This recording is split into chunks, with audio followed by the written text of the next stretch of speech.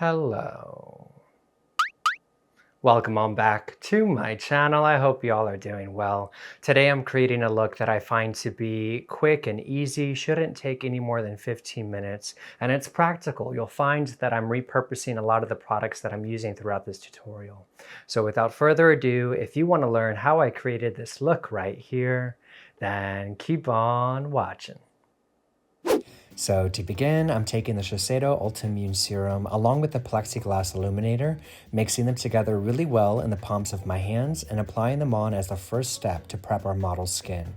You've seen me do this quite a bit where I mix in the plexiglass into a serum because it shears out the pigment to create, in unison with the serum, a beautiful glowy finish to the skin that looks incredible as is and under makeup.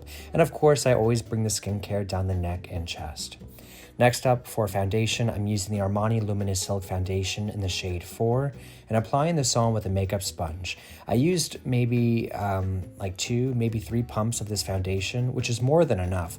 Our model, Diana, has incredible skin, so there's really no need to go too overboard with the coverage, especially since I'm going to go a little more on the dramatic side with the eye makeup. Well, it's not going to be that dramatic, but it is going to be smoky and all that, so yeah, I guess it's going to be kind of dramatic, but it'll still be wearable, if that makes sense. So once I've taken my time applying on this foundation, really pressing it into the skin for a seamless finish, I'm then going to use the Jouer Essentials High Coverage Concealer in the shade Lace and apply just a bit of this to the under eye area right there before also blending this up and out with the makeup sponge. We're not highlighting the nose and forehead and chin and all that today with concealer. In fact, we're not even cream contouring either. I wanted to keep this look really practical in terms of the application and the length of time it takes to create. Now, I say this takes about 15 minutes. Did it take me longer than that today? In reality, absolutely, 100%. But mind you, I'm having to spend time finding the right shades, and I've never worked with her face before, and I'm having to deal with the filming and the lighting and all that technical stuff. So, of course, to keep it real with you, it did take me longer. But when you're doing this on yourself at home and you have all the products right there in front of you that you usually use, I promise you, it should only take a good 15 minutes.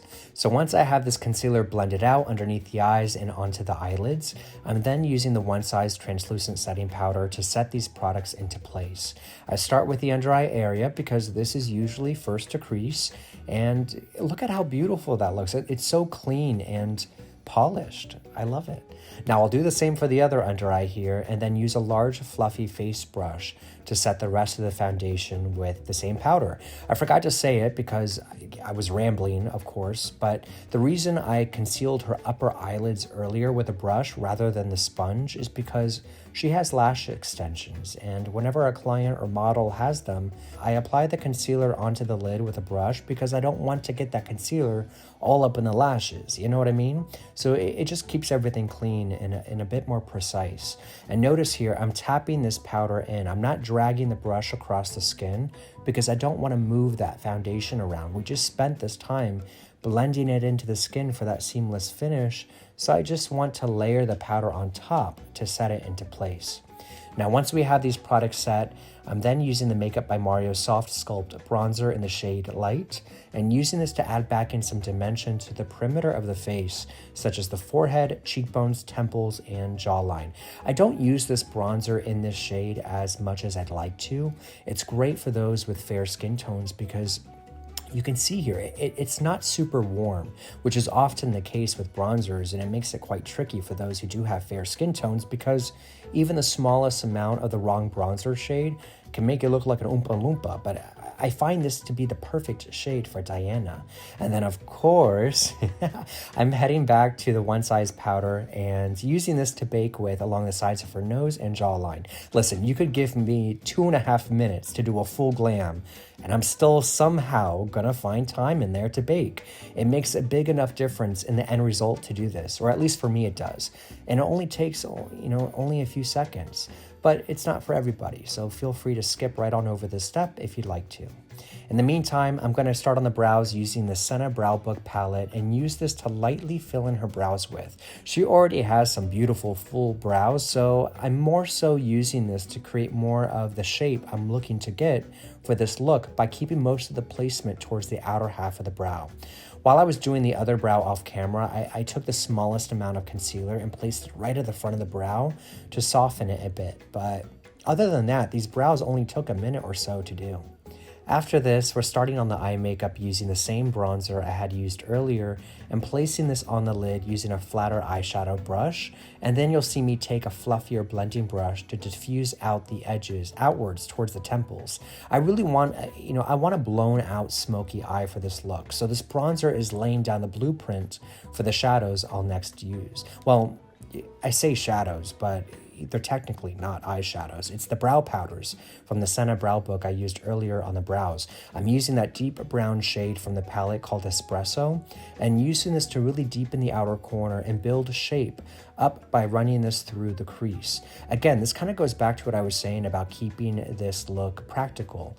I'm repurposing products that we've used in other steps of the application to keep it quite, quick and easy. There must only be maybe a total of 10 products I'm using today, not including the lip products though. Please don't be mad at me, but I couldn't include the lip footage today because that's something I filmed for another tutorial that I can't really talk about yet, but trust me, it'll be worth the wait once you do see it. All I can say right now is that I'm keeping the eye makeup neutral today so I can pair it with tons of different lip colors.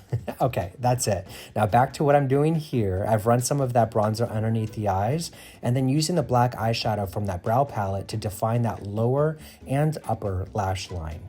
I'm even winging that shadow upwards on the upper lash line to add to that dramatic smoked out effect I'm going for. There's something to be said about creating a winged liner with shadow. I find it not only to be easier sometimes than using, let's say, a pencil or liquid liner, but it reads softer as well, don't you think? Okay, next I'm taking this Pillow Talk Plump Up Lashes mascara from Charlotte Tilbury and running this through Diana's bottom lashes. Not a crazy amount, just enough to give it a little something and add to the drama of the eye makeup we've created. But now that we're done with the eyes, we can head back to the complexion by wiping away that powder that we've been letting sit there to bake. And as you can see, it wipes right off and leaves behind a really subtle highlight to the skin. It complements the structure of her face and the bit of dimension the bronzer gives, but without having to achieve that with the help of liquid or cream contour products. Next, I'm taking this Total Color Matte Eye Paint from MyBeautyBrand in the shade Johnny Hot Pink and using this to blush up the cheeks. This is an eyeshadow. It's very pigmented. It has high color payoff, so you want to go light-handed with it and build it up to your liking. Because I'm going to be creating lots of different lip looks with this, I'm only looking for a wash of color today on the cheeks, and this shade is perfect for that. I use it on myself all the time. It's a bright, hot pink that looks incredible on every single skin tone, and I mean every single tone, ranging from deep to fair. And it's matte. It has no shimmer in it, which I really love as well. And I'll show you what else you can do with this. Actually, you can put some on the back of your hand like so. Take the Plexiglass Illuminator we had used earlier in the skin prep, apply some of that on the back of your hand too, mix them together, and you'll get this gorgeous mixture that I like to call a blush lighter, a mix of your blush and highlighter. And I'll then take my sponge, press it in, and then tap it onto the high points of the cheekbones. This is going to give us that subtle, sun-kissed, fresh off the beach glow. And of course, you can add more blush to this or you can use less, but I really just wanted to show you these two products together while MyBeautyBrand still had their BOGO sale going on. With the purchase of a Plexiglass Illuminator, you get this pink powder blush I'm using here today for free. I'll include all the details down below in the description box if you want to check it out. I'll include their website link and everything, but yeah, if you add both of the products to your shopping cart, the offer will automatically apply and you'll get the Johnny Hot Pink blush for free. So now that we have the skin blushing and glowing, I'm going to do the lips real quick off camera. Stay tuned for that tutorial soon. And then use the Urban Decay All-Nighter Setting Spray to set and lock this makeup into place, which makes this the final step in how I created this quick and easy makeup look on our naturally beautiful model.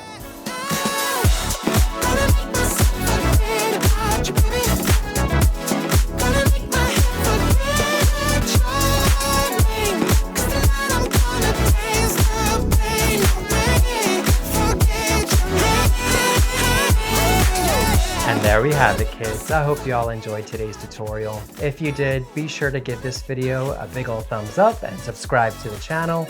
You can also check out more of my work on my Instagram at Painted by Spencer. And until next time, I'll see you soon.